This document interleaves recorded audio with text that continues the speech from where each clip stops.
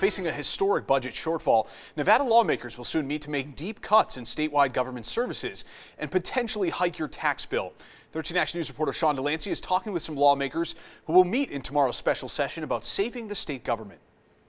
The closure of business in Nevada, including right here, the state's economic driver, has put the state budget in a critical position.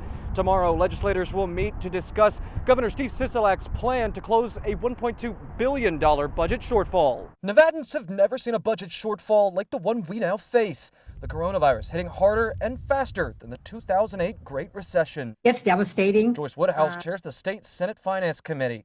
She says out of the state's roughly $4.6 billion total budget, $1.2 billion has vanished. The revenue just left. So now we're looking at 25% of the budget being gone. Governor Sisolak's proposed cuts run deep.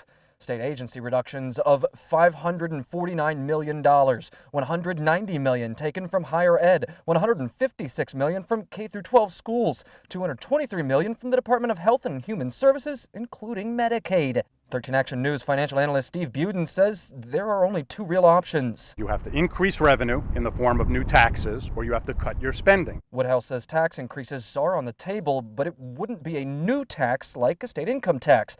To help now, it would have to be an augmentation of an existing tax. There will be conversations. One saving grace could be help from the federal government, like the HEROES Act currently stalled in the U.S. Senate. We are pushing the Senate to move. U.S. Representative Dina Titus says congressional Democrats are trying to free up federal aid to governments at every level to fill those budget gaps. Governors and mayors from the Republican and the Democratic Party are telling the Senate we need this funding.